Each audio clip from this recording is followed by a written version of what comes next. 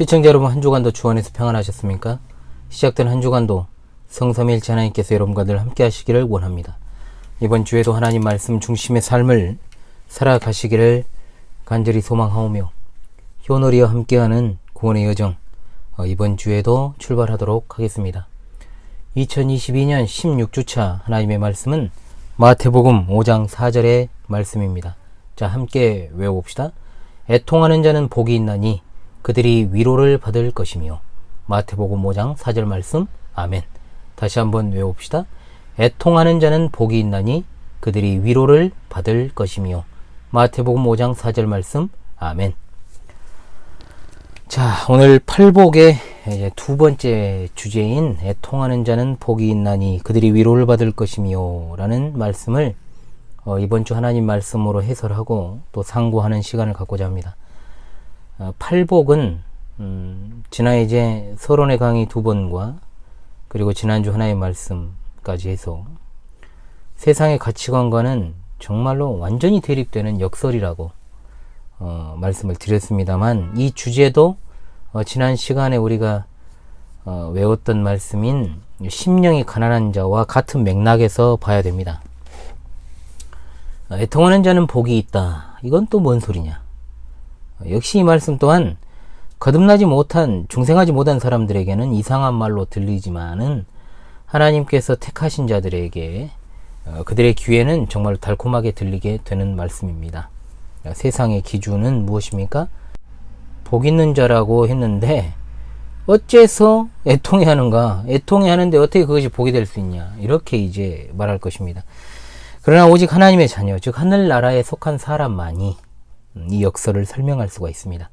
어느 세대, 어느 장소를 막론하고, 자, 사람들은 많이 가지고 있고 또 쾌활하고 명랑해 보이는 사람이, 자주 웃는 사람이 행복하다라고 말하지만, 그리스도께서는 심령이 가난한 자와 애통하는 자를 복이 있는 자라고 말씀하십니다. 그러므로 예수님의 이 말씀을 이해하기 위해서는 시편 55편을 꺼내드려야 됩니다. 시편 55편은 다윗의 시 가운데 하나입니다. 다윗이 이제 삶 속에서 겪는 어떤 실망과 아픔, 그리고 슬픔, 가슴 깊은 곳으로부터 이제 느껴지는 고통의 깊이를 노래하는 시입니다. 거기에서 그는 이렇게 외칩니다. 내게 비둘기같이 날개가 있다면 날아가서 편히 쉬리로다. 내가 멀리 날아가서 광야에 머무르리로다. 내가 나의 피난처로 속히 가서 폭풍과 광풍을 피하리라. 이것은 이제 절규죠. 다윗의 절규는 삶을 살아가는 모든 인생들이 이런저런 슬픔을 당했을 때, 실망했을 때, 비극적인 일을 당했을 때 되는 절규입니다. 날개가 있다면 고통과 그 번민으로부터 멀리 날아가고 싶다라는 절규. 슬픔과 고통이 정말 절망이 깊어질수록 위로의 자리가 찾아보기가 어려운 것이죠. 이것이 바로 이제 팔복의 역설입니다. 애통하는 자는 복이 있나니 그들이 위로를 받을 것이며. 자, 슬픈 자가 복이 있다는 말이거든요. 자, 그렇다면 가난한 자는 복이 있다는 말과 더불어서 보편 상식에 기준해서는 이건 참 모순이 되는 말입니다. 사람들은 쾌락을 추구하고 또 육신적으로나 또 감각적으로 자극이 되는 것을 추구하죠. 재미와 오락을 찾는 일에 시간과 열정과 또 물질을 소비합니다. 이런 행동들을 인생들이 하는 이유가 뭘까요? 자, 바로 애통과 슬픔과 고통을 피해보려는 몸부림에 불과하다는 거죠. 그만큼 사람들은 슬픔이라는 것을 싫어합니다. 좋아하는 사람 없죠? 그러나 예수님께서는 이렇게 말씀하십니다. 슬픈 자는 복이 있다. 애통하는 자는 위로를 받을 것이다. 예수님께서는 삶에 대한 새로운 접근을 제시하고 계십니다. 지난 시간과 마찬가지로 똑같습니다. 그리고 이 속에서 세상에서 들려오는 웃음소리와 그 세상의 행복을 꾸짖고 계십니다. 반면 애통하는 자들에게는 복과 행복과 기쁨과 평안과 위로의 메시지를 전하십니다. 도대체 어떤 의미로 이런 말씀을 하셨을까? 굉장히 중요하죠. 우리는 심히 궁금하지 않을 수 없습니다. 헬라어만 해도 슬픔을 표현하는 동사가 총 9개입니다. 자, 이 9개가 모두가 다 성경에 사용이 되었습니다. 이 사실만 봐도 슬픔이라는 것이 인생에서 정말로 굉장히 중요한 부분을 차지한다라고 하는 그 사실을 알게 되죠. 인간의 역사가 실로 눈물과 슬픔으로 얼룩져 있습니다. 제가 한번 소개했던 20세기 초에 탁월한 저술가였던 아도 핑크 목사는 성경에 나타나는 애통의 세 가지가 있다고 했습니다. 이 세 가지를 중점적으로 해서 좀 설명을 드려보겠습니다. 첫 번째가 자연적인 애통입니다. 이것을 이제 혹자는 적절한 슬픔이라고 표현을 했고, 둘째로 죄로 말미암은 쓸쓸하고 서글픈 애통입니다. 마치 가룟 유다의 애통과도 같은 절망적인 후회만 있는 슬픔, 이것은 이제 부적절한 슬픔이라고 할 수 있고요. 그리고 세 번째, 은혜로 말미암은 애통입니다. 성령께서 주시는 경건한 슬픔이 있다. 자, 인간의 역사가 참으로 눈물과 슬픔으로 얼룩져 있다고는 했습니다만, 종말에 관한 말씀이 기록되어 있는 마태복음 24장에 말세의 징조들이 기록되어 있습니다. 거기에는 많은 사람이 주님의 이름으로 자신을 그리스도라 하며 또 많은 사람을 미혹한다 했고, 난리와 난리, 소문을 듣겠으나 아직 끝은 아니라고 했으며, 민족이 민족을, 나라가 나라를 대적하여 일어나고 곳곳에 기근과 지진이 있으리니 라고 말씀하셨습니다. 자, 이런 현상은 현재 두드러지고 있는 모습이죠. 그러나 그렇다고 해서 그것이 끝을 가리키는 것이냐? 그것은 아닙니다. 자연적인 징조는 분명 시작에 불과합니다. 24장 8절에 주님께서는 말씀하십니다. 이 모든 것을 재난의 시작이니라고 하셨기 때문입니다. 자, 슬픔과 눈물의 역사는 이제 시작일 뿐이라는 거죠. 그렇다면 첫 번째 슬픔인 자연적인 애통, 일명 적절한 슬픔이란 무엇일까요? 자, 성경은 슬픔과 애통에 대해서 여러 가지로 말하고 있습니다. 그 가운데 일반적인 슬픔이 있는데, 자, 이것은 삶의 한 부분인 아주 자연스러운 눈물과 애통을 가리키는 것입니다. 시청자 성도 여러분, 울 수 있는 능력도 하나님의 선물이라는 것을 아십니까? 마음 한구석에 쌓인 고통과 근심이 눈물로 표출이 되지 않으면 어떤 감정이 마비되기도 하고, 또 의학적으로 볼 때 눈물을 잘 흘리지 않는 사람이 우울증에 걸릴 확률이 높다라고 합니다. 한방에서는 이제 화병이 있다라고 이야기를 하지요. 그러므로 애통하는 일은 굉장히 자연스러운 겁니다. 믿음의 조상 아브라함도 아내 사라를 잃었을 때 얼마나 슬퍼했습니까? 시편 42편에서 성도는 그 영혼이 하나님을 찾기에 갈급해하면서 애통해하는 장면이 나옵니다. 내 영혼이 하나님 곧 살아계시는 하나님을 갈망하나니 내가 어느 때에 나가서 하나님의 얼굴을 배울고, 사람들이 종일 나에게 하는 말이 내 하나님이 어디 있느냐 하오니 내 눈물이 주야로 음식이 되었도다 라고 했습니다. 자, 흐르는 눈물을 통해서 정말로 밖에서 뭐 소리가 나가지고요. 하나님이 계시지 않은 것에 어떤 대한 슬픔이 성도의 마음을 통해서 표출된 겁니다. 외로움이라고 하는 것은 울어야 하는 충분한 이유가 된다. 바울 사도가 그의 사랑하는 영적인 아들 디모데에게 보낸 편지에서 이렇게 말합니다. 내가 밤낮 간구하는 가운데 쉬지 않고 너를 생각하여 청결한 양심으로 조상적부터 섬겨오는 하나님께 감사하고 내 눈물을 생각하여 너 보기를 원하면 내 기쁨이 가득하게 하려 함이니 라고 했습니다. 자, 디모데는 시리와 좌절에 빠져서 울었던 것입니다. 눈물의 선지자라 불리는 에레미야는 9장 1절에서 이제 다가오는 심판을 이스라엘에게 전하라고 하나님께 부름을 받았지 않습니까? 그리고는 눈물을 흘리며 전파를 합니다. 어찌하면 내 머리는 물이 되고 내 눈은 눈물 근원이 될고 죽임을 당한 딸 내 백성을 위하여 주야로 울리로다 라고 했습니다. 사도행전 20장 31절 말씀에 바울 사도는 에베소 장로들에게 이렇게 말합니다. 그러므로 여러분이 일깨어 내가 3년이나 밤낮 쉬지 않고 눈물로 각 사람을 훈계하던 것을 기억하라. 아멘. 자, 이처럼 믿음의 사람들은 눈물을 흘렸습니다. 외로움의 눈물을 흘렸던 것이죠. 오해하지 마세요. 애인이 없어서 외로운 게 아니고, 자, 사방팔방의 대적들에게 공격을 당하는 성도가 정말로 하나님이 그 상황 가운데서 안 계시는 것 같은 그 외로운 심정을 노래한 거예요. 그 외로움이라는 거죠. 뭐 혼자 그냥 솔로라서 외로운 게 아니고. 디모데는 시리의 눈물을 흘렸습니다. 에레미야는 조국이 멸망하는 것을 바라보며 눈물을 흘렸습니다. 바울 사도는 염려와 관심에 사랑의 눈물을 흘렸죠. 마가복음 9장에서 한 아버지가 귀신 들린 아들을 예수님께 데려온 일이 있었죠. 아버지의 눈에서 눈물이 나옵니다. 그때 예수님이 말씀하십니다. 사람들이 정말 좋아하는 말씀이 나오죠. 할 수 있거든이 무슨 말이냐. 믿는 자에게는 능치 못할 일이 없느니라. 그래서 아이 아버지는 눈물을 흘리면서 외칩니다. 내가 믿나이다. 나의 믿음 없는 것을 도와주소서. 당연히 아들을 위한 진실된 사랑의 눈물이었던 거죠. 누가복음 7장에도 한 여인이 눈물로 예수님의 발을 씻고 머리카락으로 닦았습니다. 헌신의 눈물입니다. 경배의 눈물입니다. 마음으로 느껴지는 정말로 감사의 눈물이었죠. 사랑은 사람을 이처럼 울릴 수가 있습니다. 주님께서도 나사로의 무덤에서 우셨습니다. 그를 사랑하셨기 때문에. 주님은 또한 예루살렘을 보시면서 우셨습니다. 그 성의 사람들을 사랑하셨기 때문에. 막달라 마리아는 예수님이 죽으셨기 때문에 눈물을 흘렸죠. 그녀의 눈물은 사랑하는 사람을 잃은 슬픔의 눈물입니다. 너무나도 우리가 현실에서 많이 보게 되는 거죠. 끔찍한 마음의 고통을 해소하는 바로 하나님께서 주시는 방법이 눈물이라는 거죠. 슬픔이라는 것입니다. 이것이 바로 성경이 말하는 적절한 슬픔입니다. 그게 첫 번째라 그랬죠. 그리고 두 번째, 부적절한 슬픔도 있습니다. 부정한 울음이죠. 이건 무엇입니까? 자신의 욕망을 만족시키지 못하기 때문에 흘리는 눈물입니다.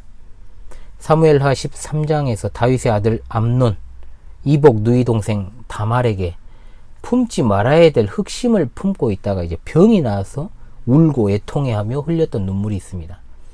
세상은 이것을 갖다가 연정이라고 포장을 하고 상사병이라고 표현하지만 실상은 가지고 싶은 욕망, 욕정으로부터 시작된 애통입니다.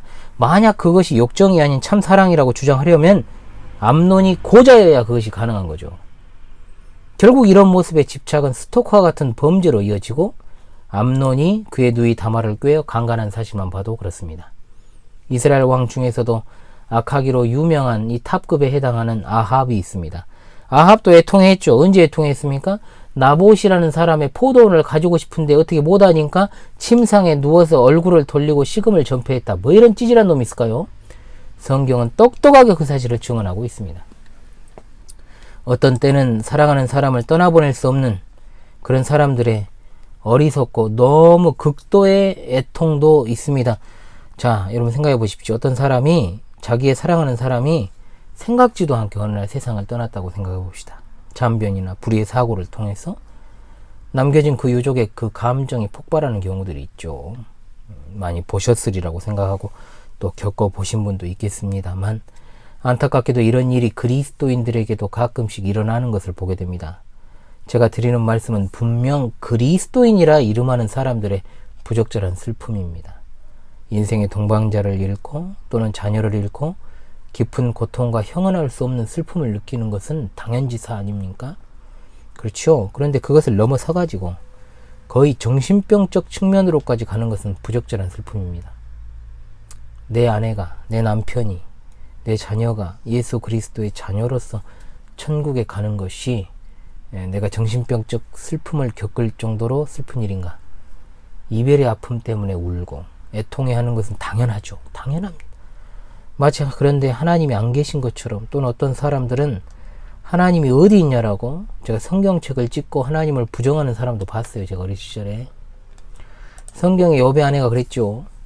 자녀 10명을 하루아침에 다 잃고 재산도 다 날리고 몸에는 엄청난 이제 종기가 생겨서 기왓장을 가지고 긁고 있는 그 욥을 보고 그 욥의 아내가 하는 말이 있습니다. 하나님을 욕하고 죽으라. 자, 여기서 욕한다는 말은요, 그냥 욕이 아니고 하나님을 적극적으로 저주하고 죽으라는 말입니다. 그러니까 하나님의 살아계심을 부정하라는 뜻입니다. 그러나 욥은 그토록 극도의 슬픔과 고통 속에서도 도를 넘어서지 않았다는 거죠. 도를 넘어서지 않았다는 겁니다. 아내에게 이렇게 말합니다. 그대의 말이 한 어리석은 여자의 말 같도다.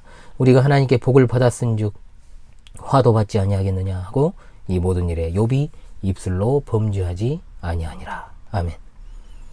자, 다윗은 죄책감으로 인해서 굉장히 슬퍼했던 때가 있었죠. 자기 아들 압살롬이 아버지를 폐위시키고 자기가 왕이 되기 위해서 반란을 일으켰습니다. 그러나 압살롬의 반란은 실패로 끝나고 그는 죽임을 당하게 됩니다. 압살롬에게 쫓기던 다윗이 아들 압살롬이 죽었다는 소식을 듣자 이렇게 말합니다. 압살롬아, 압살롬아, 내 아들 압살롬아, 차라리 내가 너를 대신하여 죽었다면 내 아들아, 내 아들아. 이 자식 사랑은 대단하지요. 그러나 그의 생각은 어리석습니다. 누가 다윗을 대신해서 압살롬이 이스라엘을 다스리는 것을 원하겠습니까? 그가 슬퍼한 것은 자신이 압살롬에게 좋은 아버지가 되지 못한 것에 대한 죄책감 때문이었죠. 또한 압살롬의 죽음은 다윗이 일찍이 자기의 충직한 부하였던 우리아의 아내를 범한 사건의 결과로서 주어진 겁니다. 사무엘하 12장에 하나님은 가진 것이 많은 부자가 가난한 사람의 양 새끼를 빼앗은 비유를 통해서 다윗에게 그 사실을 알리는데, 공교롭게도 다윗은 그렇게 말을 합니다.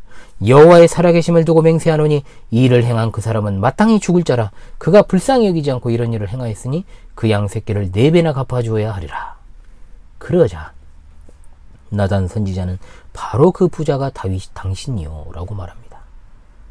자신의 입술로 말한 대로 그는 4가지의 큰 비극이 그의 삶 가운데 이제 찾아옵니다. 첫 번째, 밧세바와의 사이에서 범죄에서 낳은 아들이 죽었습니다.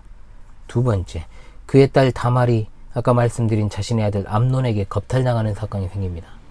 세 번째, 다말의 오빠 압살롬에게 암논이 살해를 당합니다. 네 번째, 압살롬이 반란을 일으키고 또한 그도 죽어버립니다. 다윗의 죄책감에 따른 이런 슬픔은 분명히 부적절한 슬픔이었다는 것이죠.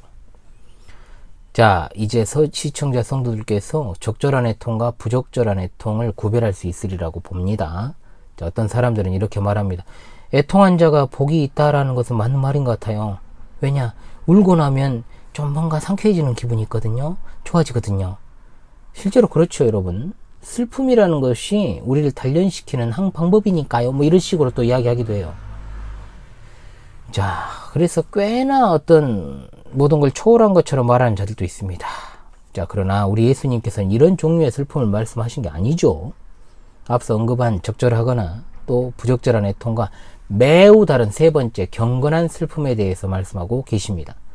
바울 사도는 말씀합니다. 고린도후서 7장 10절에 이런 슬픔에 대해서 하나님의 뜻대로 하는 근심은 후회할 것이 없는 구원에 이르게 하는 회개를 이루는 것이요 세상 근심은 사망을 이루는 것이니라. 아멘. 자, 시청자 성도 여러분께서 때로 눈이 땡땡 붓도록 자기의 문제를 놓고 울 수는 있어요. 외로움과 좌절과 실망감에 휩싸여가지고 또한 진정한 사랑의 마음에서 울고 싶은 만큼 실컷 울 수도 있다라는 것이죠. 채워지지 않는 욕망 때문에 머리를 쥐어짜면서 가슴을 치며 울던 때도 있었을 수도 있습니다. 그러나 이렇게 저렇게 해본들 그 어떤 세상적인 슬픔도 여러분에게 생명을 가져다 주지는 못합니다.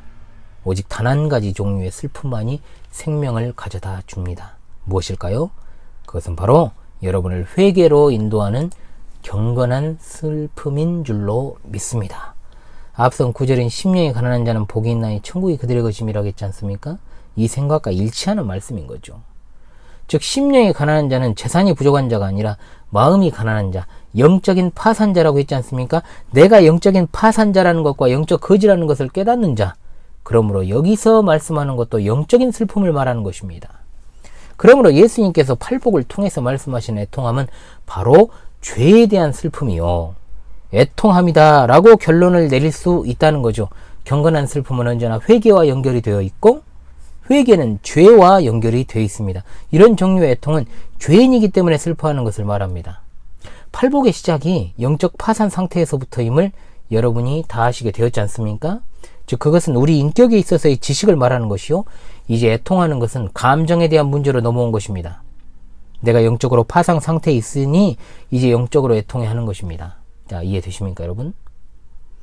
하나님 나라 백성들은 이렇습니다. 지난 시간에 여러분 헬라어 페네스와 푸토카스에 대해 설명을 드렸죠.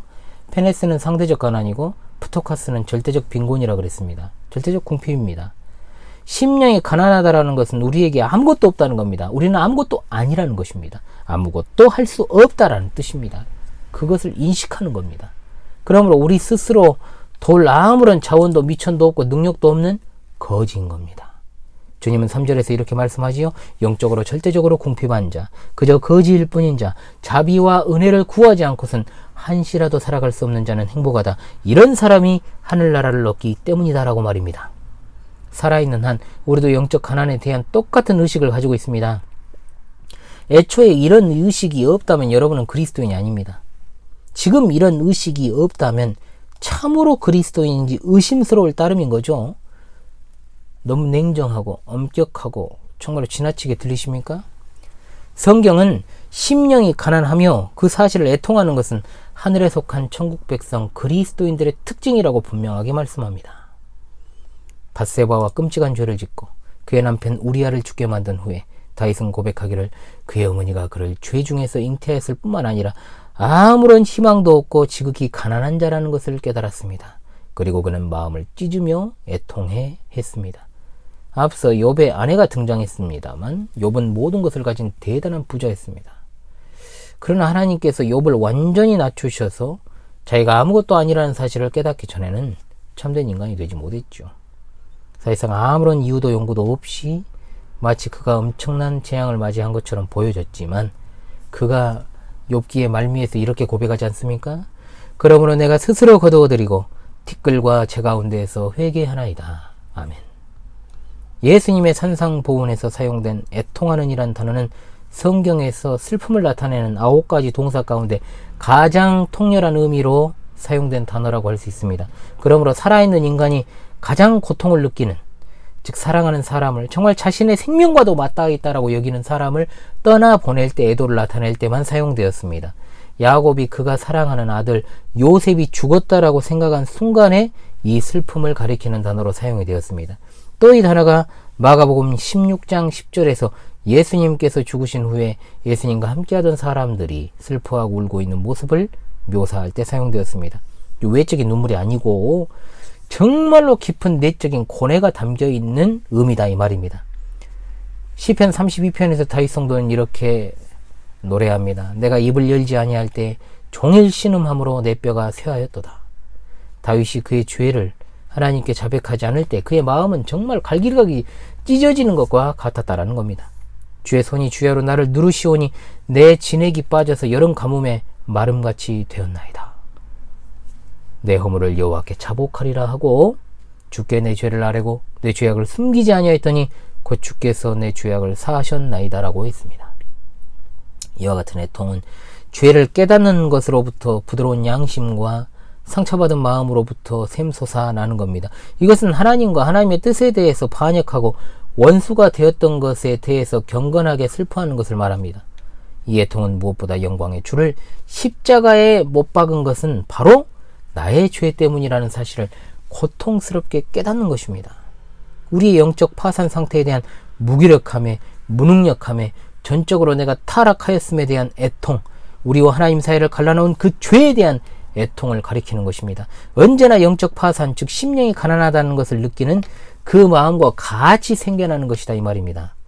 그러나 여기서 중요한 것은 애통은 최초로 뉘우치고 슬퍼하고 회개를 체험하는 것으로 제한할 수 없다라는 것이죠.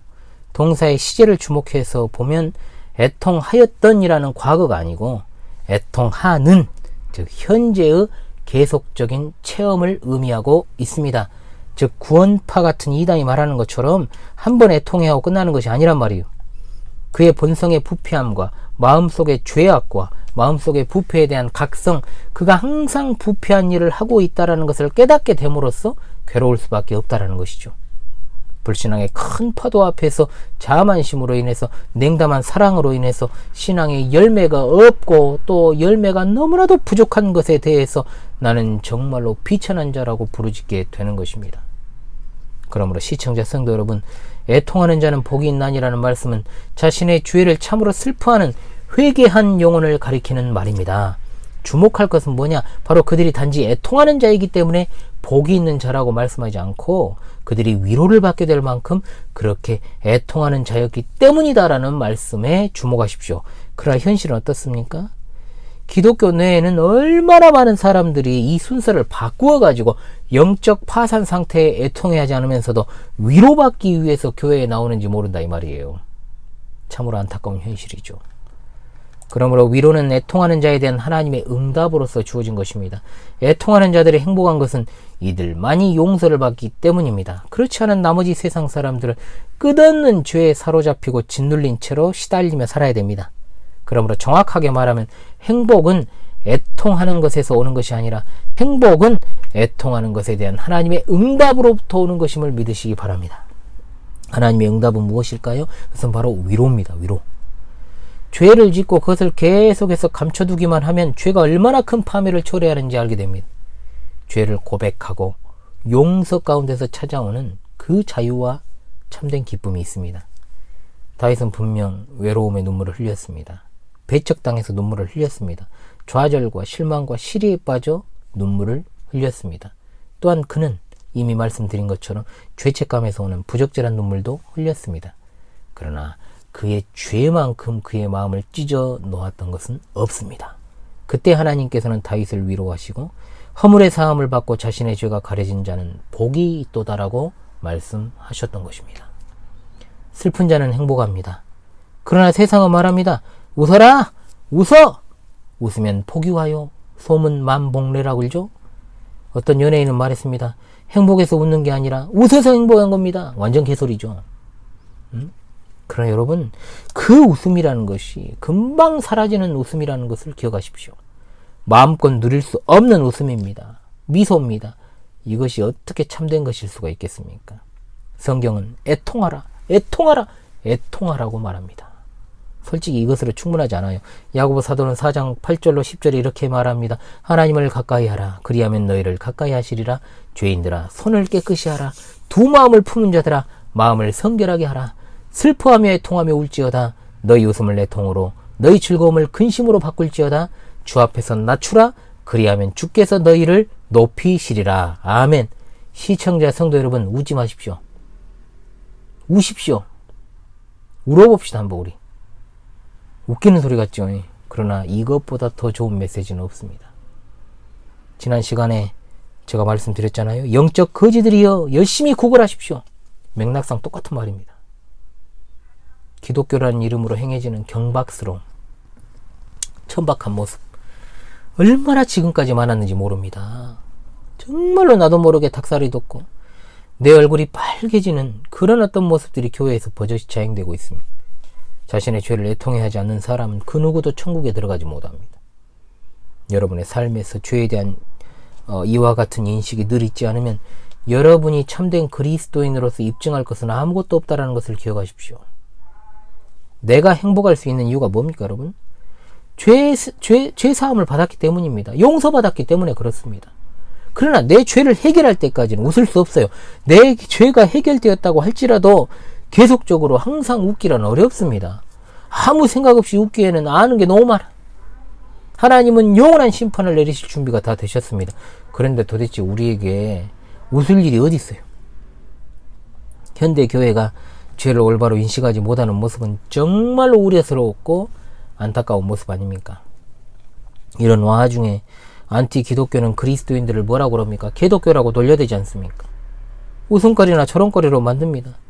자기를 기독교 비평 전문가라고 칭하면서 기독교를 평가하는 익살스러운 방법을 생각해내느라고 인생을 소비하는 인간들도 있습니다. 죄에 대한 결핍은 결국 이미 말씀드린 대로 수많은 교회 밖의 사람들이 오해하게 만드는 원인이 됩니다. 뭡니까? 저것들은 온갖 죄를 다 저지르고도 예수만 믿으면 구원받는다라고 말한다. 완전한 오해 아닙니까? 그런데 그런 식으로 비춰지고 있다라는 거예요. 적어도 그 말은 구원파한테는 맞는 말 아닙니까? 그러나 우리는 아니잖아요. 참된 기독교, 우리에게는 아니죠. 즐거운 시간을 갖는 것을 비난하는 것이 아닙니다. 분명히 성경에는 즐거운 마음은 약처럼 몸에 좋다라고 했으니까요. 그러나 우리는 너무나도 균형이 없어요. 균형을 못 맞춘다는 거죠. 항상 그러면서 웃음이라는 약을 복용하려고만 하죠. 이것은 그야말로 애통과는 거리가 먼 삶의 태도입니다. 죄에 대한 자각이 반드시 선행이 되고 그 후에 회심이 뒤따르지 않습니까? 슬픔이 먼저입니까? 회개가 먼저입니까? 여러분, 슬픔이 먼저라는 말입니다. 죄에 대한 자각과 뉘우침과 돌아섬이 없는 것이 어떻게 회개로 진행될 수 있겠습니까? 그냥 군중 심리에 의한 순간적인 분위기와 어떤 슬픈 선율과 적절한 조명에 의한 인위적인 어떤 조작에 의한 감정에 도취되어서 자기 연민 때문에 흘리는 눈물과 슬픔, 이것은 최면술의 일종일 뿐인 것이 심리학적인 것이지 절대로 회개라고 부를 수 없는 것이고 자기 성찰의 철학에도 미치지 못하는 것입니다. 행복을 찾아 나서려는 자칭 그리스도인들은 그러다가 인생 그냥 다 보냅니다. 이들에게 정말 필요한 것은 자신의 죄를 애통해 하는 것임에도 불구하고 이들은 상담만 받으려고 하고 행복에 관한 책만 열심히 냅다 읽고 그런 문구만 사용해가지고 그렇게 정신승리만을 시전하려 합니다. 그렇지 않습니까? 그러나 과연 그래서 행복으로 가는 길이 나오겠습니까? 바리새인들처럼 어떤 사람들은 그럽니다. 모든 사람들에게 완전하게 보이려고 애쓰지만 자신의 죄를 부인하고 속이는 삶을 살아갈 수밖에 없습니다. 또 어떤 사람들은 자신의 영적 파산을 인정은 하지만 스스로 그냥 소매를 걷어붙이고 더 나은 사람이 돼보겠다라고 용을 씁니다. 이른바 도덕적 자기 성찰을 하는 거죠.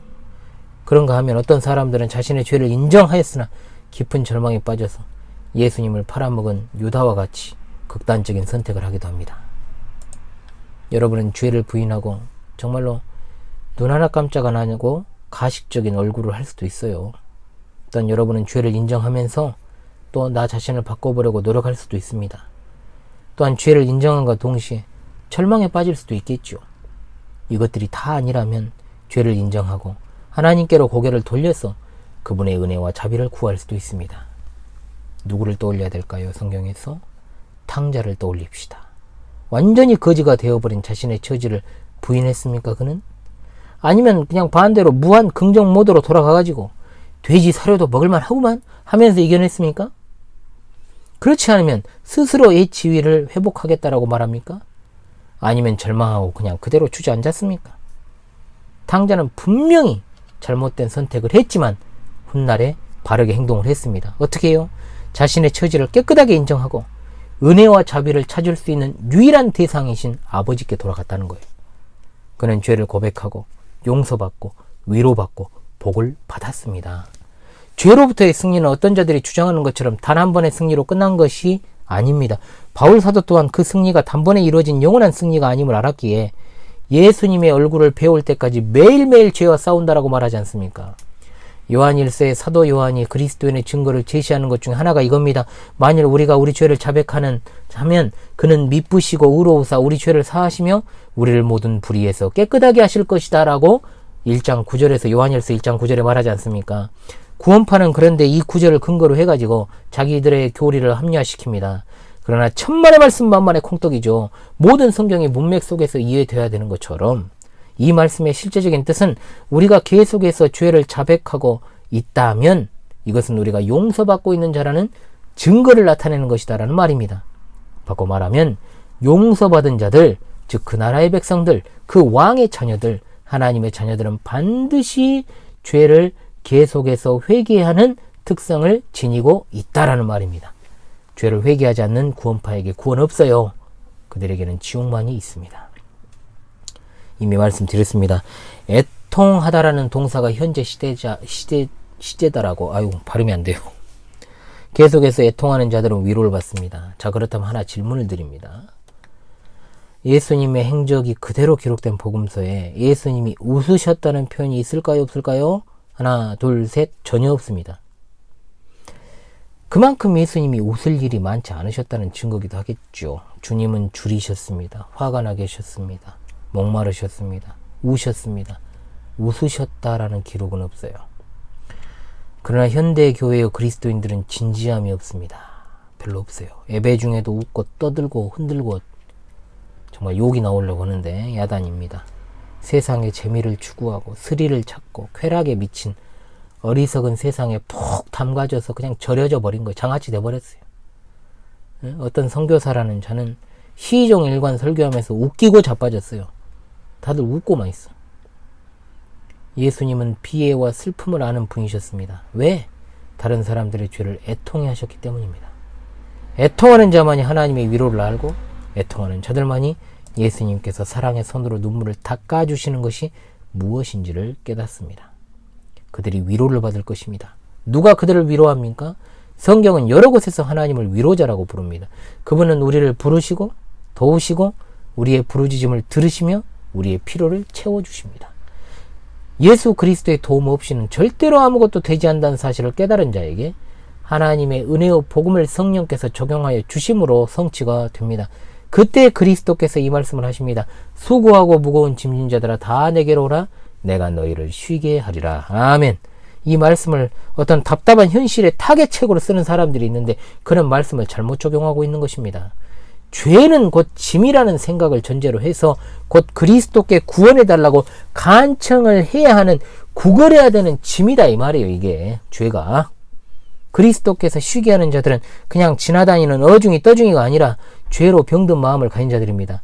위로라는 말은 그리스도의 속죄의 피의 공로로 말미암아 값없이 완전하게 용서해 주신다라는 것을 깨닫게 된다라는 뜻입니다.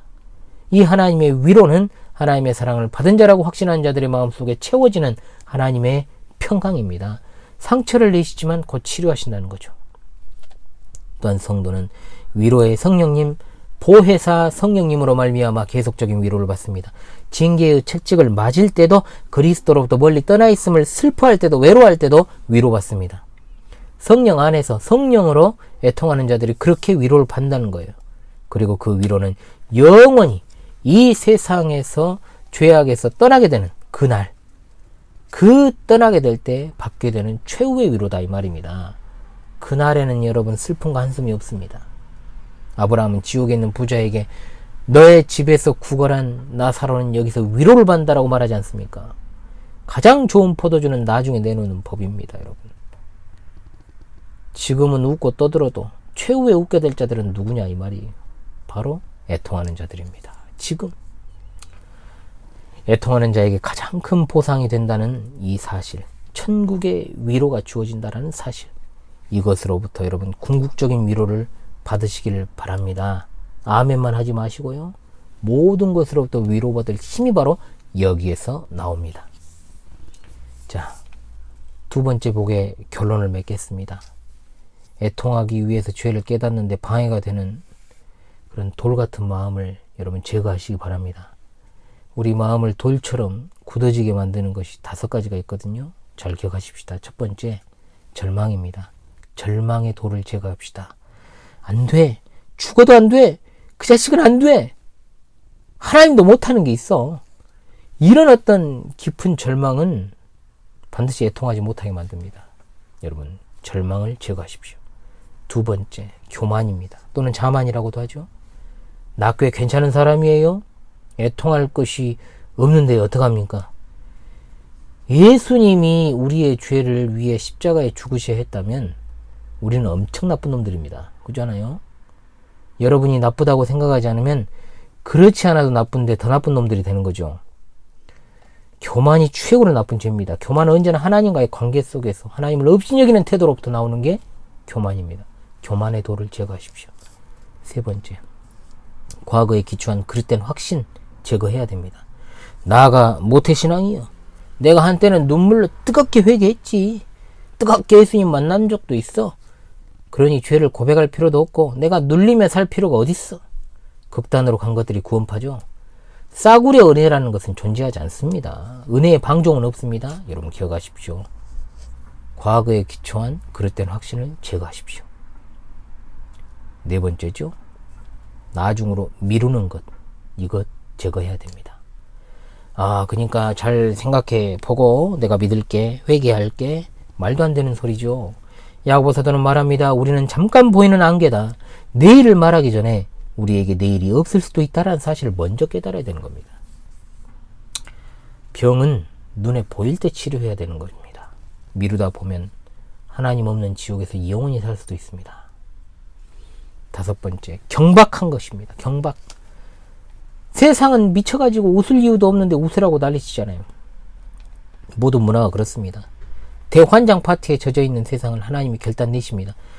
요한계시록 18장 22절에 놀랍게도 대환란의 때에 하나님께서 첫 번째 하시는 일이 무엇인지 아십니까?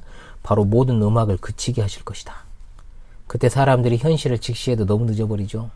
인터넷, 스마트폰, SNS, 드라마, 어떤 시대적 사조와 문화에 빠져서 나의 내면이 어떻게 병들어가고 있는지도 모르게 되지 마시고요. 세상에서 밀려드는 모든 조류를 싹 다 통제하시기를 바랍니다. 자, 이런 장애물들을 제거하십시오. 가장 효과적인 방법은 무엇입니까? 십자가를 바라보십시오. 그리스도께서 하신 일을 깨달아야 됩니다. 깨닫기 위해서는 어떻게 됩니까? 배워야 됩니다. 교회에서 시행하는 모든 교육에 적극적으로 생명을 걸어 참석하십시오. 몸만 있어서는 안 되죠. 생명을 걸어서. 그리스도께서 여러분을 위해 죽으셨습니다. 이 사실에 여러분의 돌같은 마음이 깨지지 않으면 아무 방법이 없다는 겁니다. 십자가를 차분하게 바라보십시오. 여러분에게 예수 그리스도께서 얼마나 필요한지를 바라보십시오. 죄에 대해서 공부를 해야 됩니다. 자, 공부. 그러니까 한국 사람들의 특징이 뭔지 아십니까, 여러분? 감정적으로 반응은 잘해요. 그런데 지식적으로 매우 부족합니다. 공부해야 됩니다. 죄를 어떻게 공부한대요? 죄를 공부해야죠, 당연히. 그래서 인죄론을 공부하는 것입니다. 인간론을. 또 그리고 그 죄에 대해서 생각하고 또 숙고를 해야 됩니다. 특별히 본교회, 광주 신실한교회를 중심으로 생각한다면 제네바 학당을 통해서 자세히 신앙의 여러 주제와 관련된 것들을 공부해야 됩니다. 단순히 자리만 차지하고 있으면 안 된다는 거죠. 현월TV 방송을 통해서 도대체 윤 목사가 인생의 상당 부분을 이 유튜브 방송에 할애를 해가지고 하고 있는 말들이 도대체 뭔지를 생각하라 이 말입니다. 손가락이 아니라 손가락이 가리키는 것을 바라보라 이 말입니다. 분명히 중요하죠. 내가 정말로 하나님을 가까이 하면 할수록, 그분에 관한 지식을 공부하면 할수록 어떻게 되느냐? 통회하고 자복하게 됩니다. 더 기도하게 됩니다. 그럴 수밖에 없는 거죠. 진정으로 구걸하게 되고 또 구걸하게 되고, 그렇게 구걸하는 영적인 거지를, 영적 파산자를 하나님은 절대로 물리치지 않으십니다. 내가 애통하는 자인지 아닌지 진단하며 마무리합시다. 첫 번째, 죄에 대해 민감하십니까 여러분? 그러면 하시고, 아니면 아니요 직접 대답을 하시든지 속으로 대답하십시오. 죄에 대해서 웃고 넘어갑니까? 그냥 죄를 보고도 애써 못 본 채 합니까? 혹시 죄를 기뻐하진 않습니까? 내 죄뿐만 아니죠. 다른 사람의 죄를 보고 제일 썩을 것들 막 하면서 쌍욕을 하고 욕을 하지만 정말 내 죄에 대해서는 쌍욕도 안 하고 썩을 놈이라고도 안 하는 것, 이것이 애통하지 않는다는 증거예요. 진정으로 애통하는 자는 세상의 죄에 대해서도 애통해야 합니다. 주님께서 산뚝 꼭대기에서 예루살렘을 바라보면서 우셨던 것처럼 그렇게 우리도 슬퍼하고 울어야 되는 것이 정상입니다.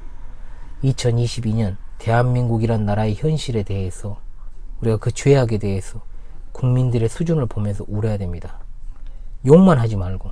욕은 누구나 할 수 있죠. 그렇잖아요? 욕은 제일 쉬운 겁니다. 그러나 죄를 외통해하며 우는 것은 아무나 못합니다. 내 죄를, 그리고 우리의 죄를 위해서 슬피 웁시다. 우리가 하나님의 용서를 의식하고 있는가? 우리 삶에 진짜 기쁨이 있는가? 우리는 용서받음으로 깨끗하게 된 삶에서 오는 정말 참된 평안과 참된 행복과 참된 위로를 알고 있는가? 주께서 사랑하시는 시청자 성도 여러분이 정말로 애통하는 자이기를 소망합니다. 하나님은 진정으로 여러분이 위로받기 원하시고 진정으로 행복하기 원하시는 분이시니까요. 이 사실을 기억하시면서요, 팔복의 두 번째 복에 대한 해설을 마무리하겠습니다. 여러분들에게 꼭 이 팔복의 해설이 도움이 되시기를 간절히 바라면서 다시금 이번 주 하나님 말씀을 외우며 마무리하도록 하겠습니다. 애통하는 자는 복이 있나니 그들이 위로를 받을 것이며, 마태복음 5장 4절 말씀, 할렐루야, 아멘.